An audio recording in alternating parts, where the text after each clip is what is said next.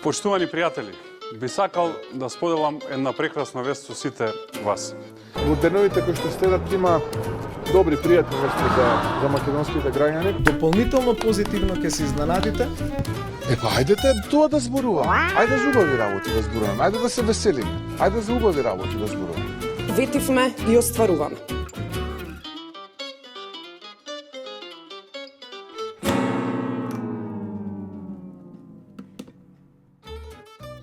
Добро вечер, гледате Срекни вести на Инфомакс. Новиот шеф на обвинителството си направи свој поредок. И во тој поредок нема опција предметите Талир 1 и Талир 2 да останат во рацете на обвинителката која ги води од почеток, Ленче Ристоска. Туку ќе одат кај некој друг колега. И ова резултираше со оставка од обвинителката Ристоска, која професионално не е омилена ниту на СДСМ, ниту на ВМРО-ДПМН. А на листата сменети се најде и обвинителката која се дрзна да удри по полицајците за пожарот во Пулс, Ивана Трајчева. Не само што нема да ги води тие предмети, туку не заслужува ниту место во обвинителството за гонење на организиран криминал и корупција. Па ќе си продолжи со работа во Скопското обвинителство. А еве што вели обвинителката Спасенка Андонова, која ги презема предметите од Трајчева. Секогаш бара еден одреден краток временски период на подготвување, така што тоа е нешто што тече најнормално со примопредавање на предметите, следи запознавање и секако нели присуство на главна расправа.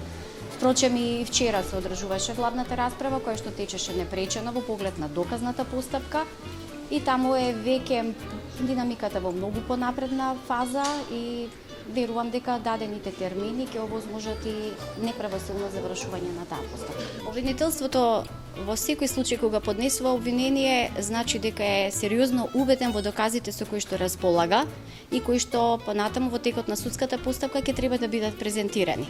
Останува убедувањето на судот и секако соодветна судска одлука. Да, обвинителството е убедено, а ние будно ќе следиме за да се убедиме дека виновниците ќе одговараат. За промена, да знаеме дека нема да биде како до сега. Иако во некои делови ви личи дека премиерот и државниот обвинител имаат слично мислење.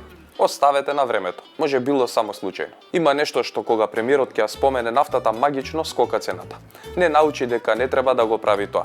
Зашто кога и да каже дека ќе паднат цените, тие достигнуваат нови рекорди. Еве што кажа Мицковски. Располагање, она што е можеби позитивна вест е што утрово суровата нафта од типот ВТИ и од типот Брент е околу $100 за барел, значи имаме благо намалување, ќе видиме до петок како ќе се одвива се тоа, па на крај на ден во петок кога ќе заврши тргувањето ќе можеме да знаеме која ќе биде цената од прилика која што во понеделник регулаторна комисија би ја донела.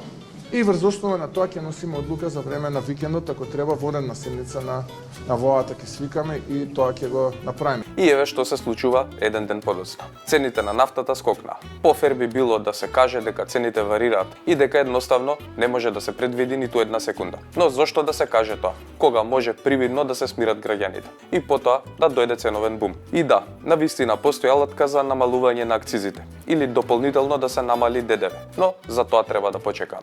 А не растат само цените на горивата. Веќе се најави дека ќе поскапи левот, што повторно ланчано ќе ги крене цените во маркетите. Ќе јадеме поскапо, со израмнета наместо вистински покачена плата. Ама и тоа очигледно ни е добро, зашто за ништо тоа реално не се буниме. Ниту некој излегува на улица да искаже револт, ниту помислува на тоа. Тастатурата е подобра опција, а кој пишува апсолутно никој не го интересира.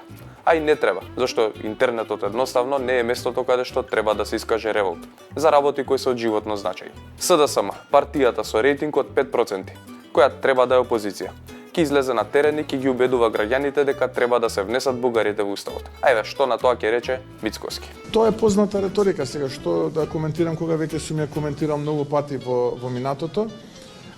Начинот на кој што СДСМ ги гледа евроинтегративните процеси, а тоа е исклучиво распродавање на македонскиот национален идентитет, удар врз ткивото, тоа се, би рекол, мекотелни политики.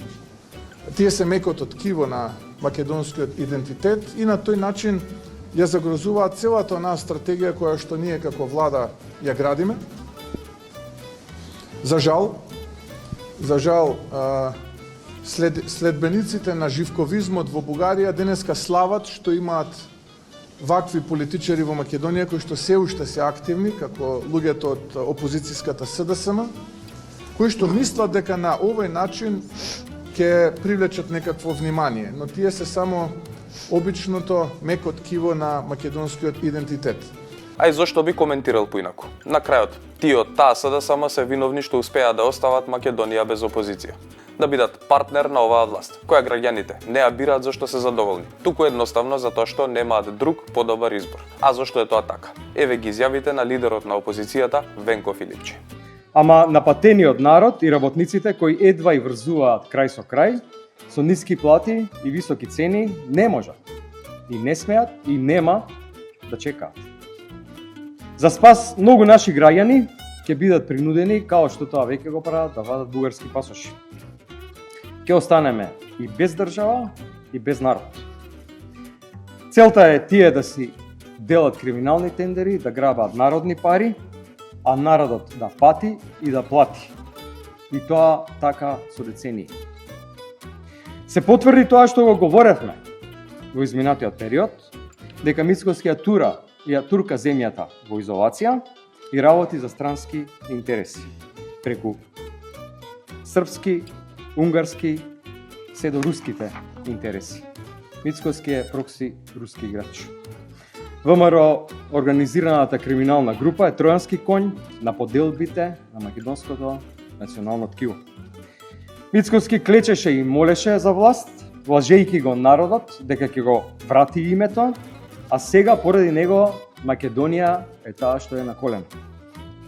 Предадени се нашите национални интереси, стратешката определба на земјата да биде рамноправен дел со обединетите народи во Европа. А што направи партијата на Филипче кога допред 2 години, 7 години беа на власт? Дали го спречи иселувањето? Или можеби го спречи вадењето на бугарски пасоши?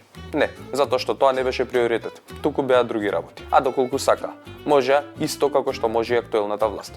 Едноставно, граѓаните не им се приоритет. А ако сакате да видите што пропуштаме расправајќи се, која од овие две партии со работнички е подобра, гледајте, читајте вести кои одат подлабоко од смешното глумење, константни кавги на партиите поделени како власт и опозиција. Во тие вести ќе видиме каде отиде народот додека тие се расправаат што е подобро. За во позадина да си договорат по некој тендерче. Ќе видиме убиства, секој втор ден.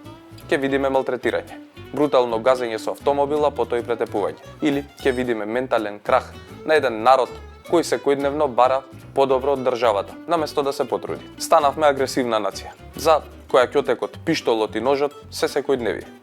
Луѓе кои не сакаат друг освен самите себе. Ама не е важно тоа. Најбитни се Венко и Христијан. Тоа беше се за ова издание на Срекни вести. До следната недела. Да зборуваме за убави работи.